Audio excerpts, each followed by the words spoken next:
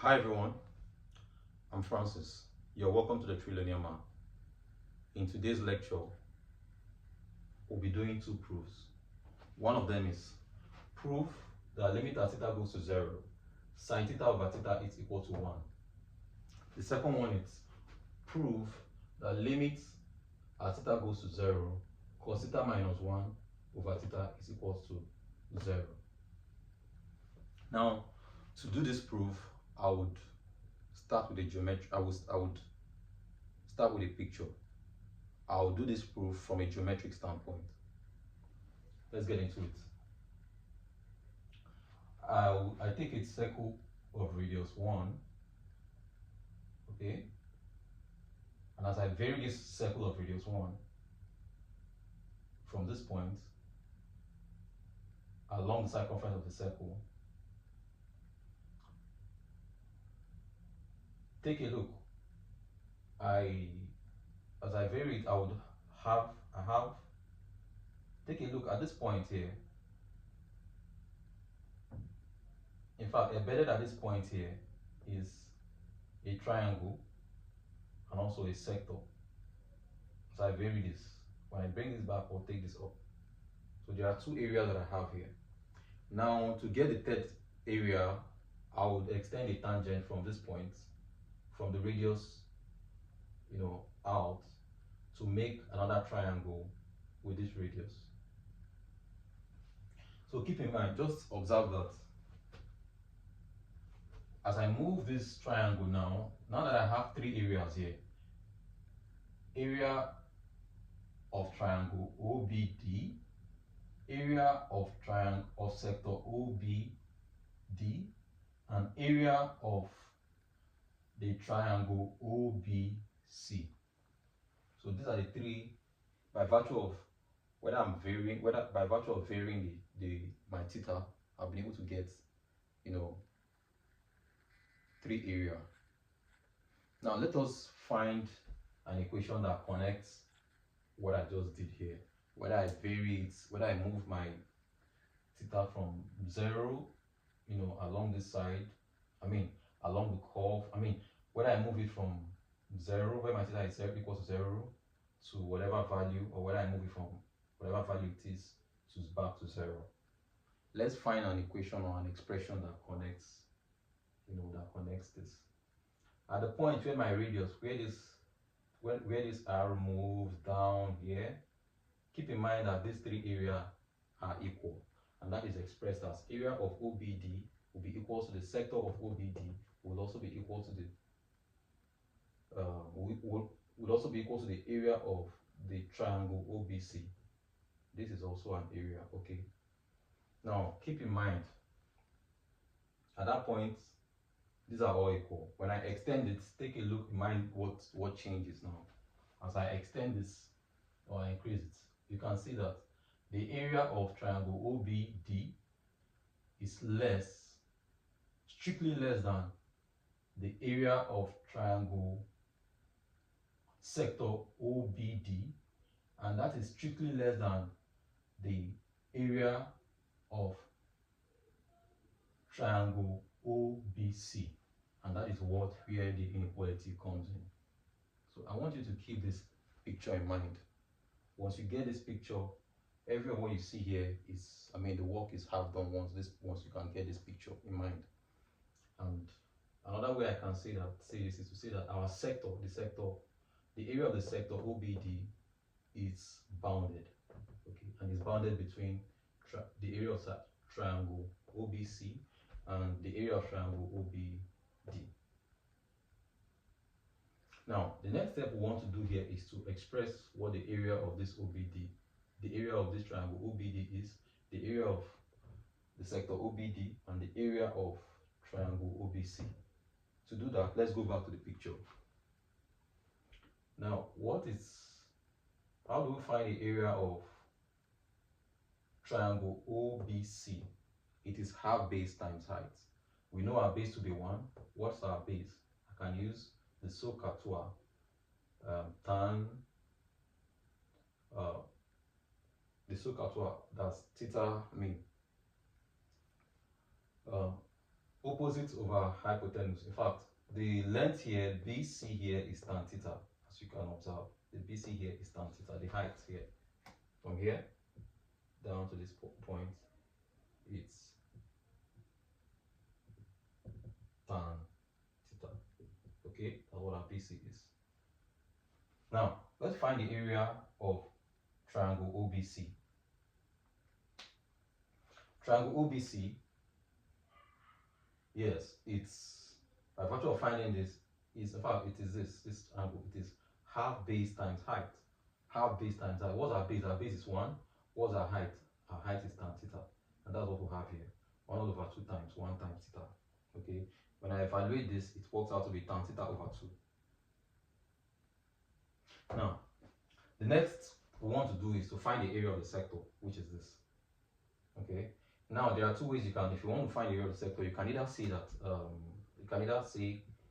the area of the sector is pi r square times what? Times the proportion of this theta over 360. Okay, that is the proportion of the area, the circle that is covered by virtue of moving this circle. That is theta over 360. You can also choose to express it in terms of radian. You can choose to express it in terms of in radian by using this formula. Okay, 1 over 2 r squared times theta, where this theta is in radian. Okay, so we move forward. Now we know our r to be 1, so 1 over 2 times 1 times 1 times theta is equal to theta over 2.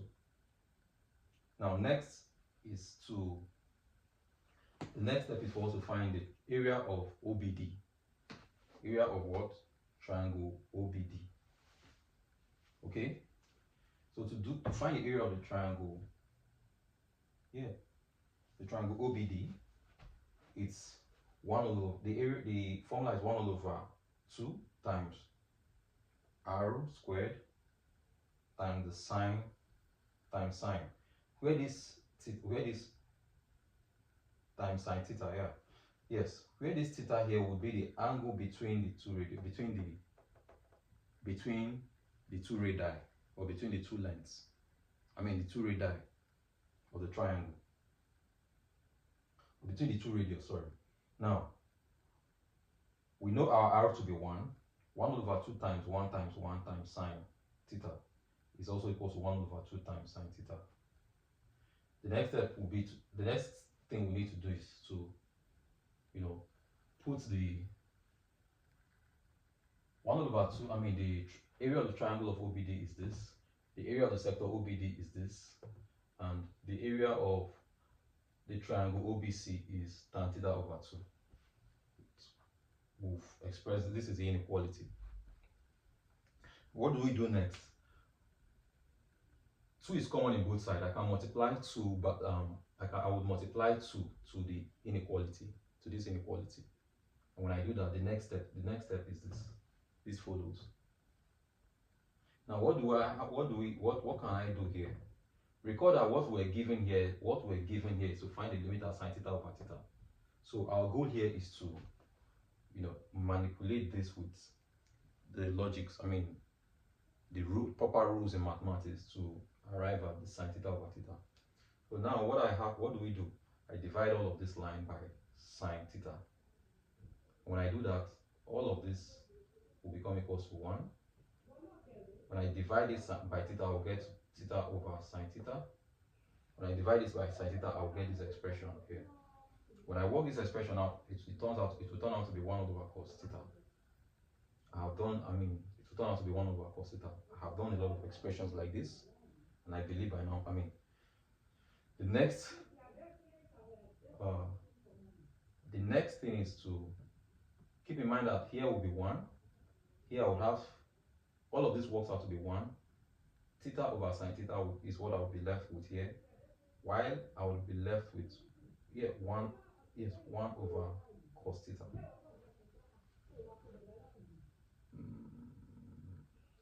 Just with 1 over cos theta. Here, this position will still remain as theta over sine theta. Yes. Okay. So this is what I would have after evaluating all of this. We'll have this line. Now, what do I need to do to put? Recall that. Keep in mind that what we're given is sine theta. What we're given to prove is sine theta over theta. So what do I need to do to put this into that form? What I need to do is to take the reciprocal of all of this. And when I do that, the reciprocal of 1 is 1. When I take the reciprocal of this, it will turn out to be sine theta over theta. The reciprocal of this will turn out to be cos theta. Now take a look. Once I take reciprocal of an inequality, what will happen to the inequality? The inequality will flip. I have to flip the inequality.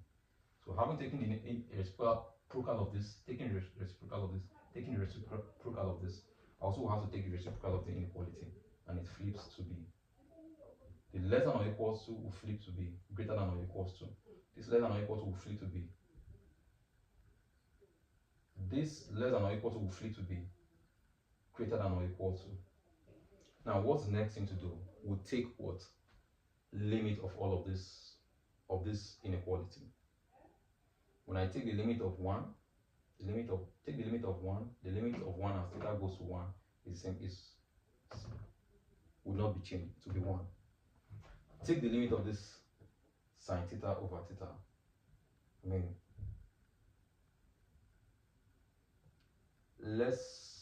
that we don't know, or what that we don't know what the value would be for now. Now, let's take the limit of cos theta as theta goes to 0.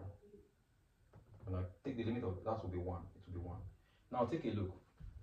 Given that we don't know what the limit, we can evaluate, we're trying to prove this now.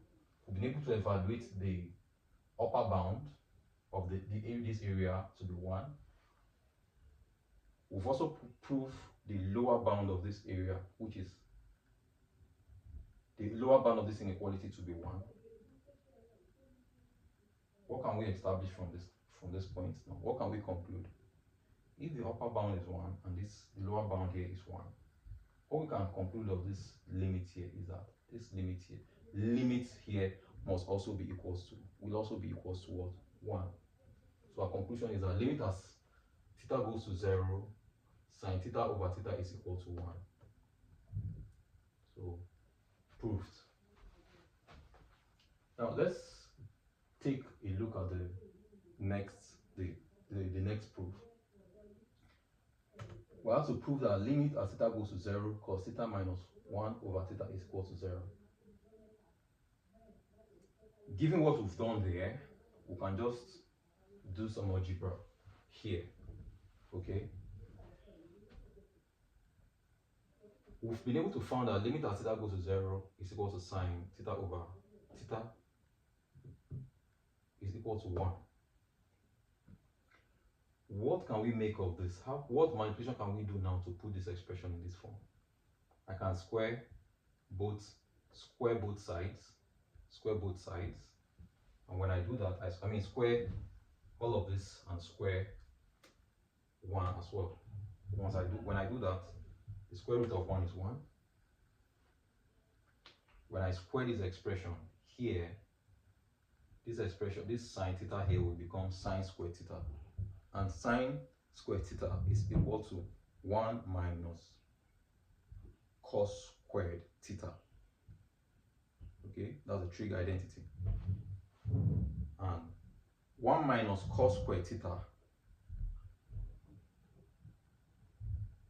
I can express it as difference of two squares. And that is 1 minus cos theta times 1 plus cos theta. This cos theta square, I split them, are represented below here. It's represented below here. And of course, all of this expression is equal to 1. I bring down the limits. Now, what do I need to do? Recall that we said that whenever we take a limit of a product, it's also equal to the product of limits. Okay? It's also equal to the product of limits. All of this still equals to 1. Okay, now the product of the limit is expressed on this line. It's expressed as follows and is equal to 1. Now what can I do from this this point now? My goal, or our goal here, is to prove cos theta minus 1. Okay, but I have minus 1 minus cos theta over theta. What we have to prove here, what we want to prove here is that limit as theta goes to 0, cos theta minus 1 over theta. But take a look. What manipulation can I do to this? Okay, to put it into this form. First, I will divide both sides of this equality, this equality now, by this guy here. And when I do that, I will have all of this left on the left hand side, and 1 all over limit as theta goes to 0, 1 plus cos theta over theta. Okay, I would have all of this. I would have limits as theta goes to 0, 1 minus cos theta over theta is equal to 1 over limit as theta goes to 0, 1 plus cos theta over theta. Okay, now take a look. By virtue of having 1 over limit of these things, it's also the same thing as taking this will work out to be, all of this would work out to be limit. Okay, all of this will work out to be, I can flip, all of this will work out to be theta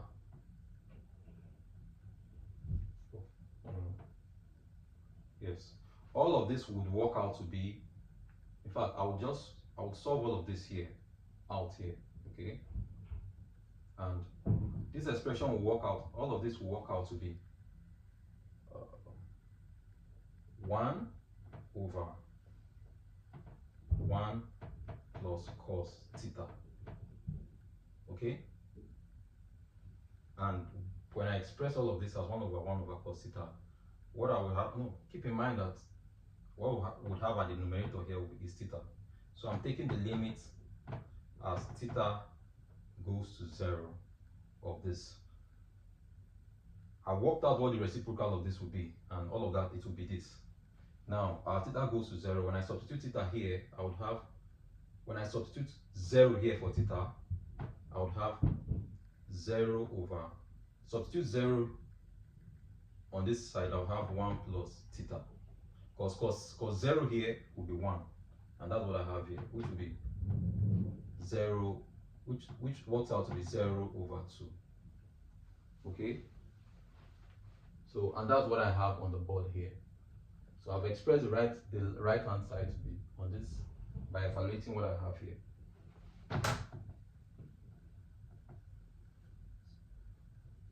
So what can we conclude? Since the right hand side here all works out to be 0, okay, since the right hand side here all works out to be 0, our conclusion is that therefore that limit as cos theta minus 1 over theta as theta goes to 0 is equal to 0. Proved. Now, the main thing I want us to get out of this is, in as much as the steps, follows through, and here is the key here. This is the key here, bounding this. Because as we go higher in other maths problems, we'll be lost. Especially when we're talking about things beyond plane, that of 2 dimensions, where I can express this, where I can have a visual picture. When we move to where things would have, I go out of having to represent, having variables where, this is a single calculus problem, okay?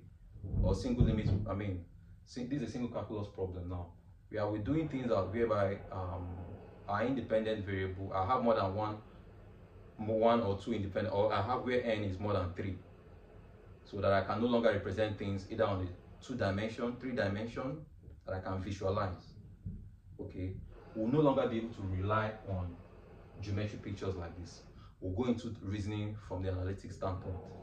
So, but my key or my goal in this thing is to make sure that you can visualize what is going on, so that you can actually make the analysis, do some analysis when we leave, spaces or places where we cannot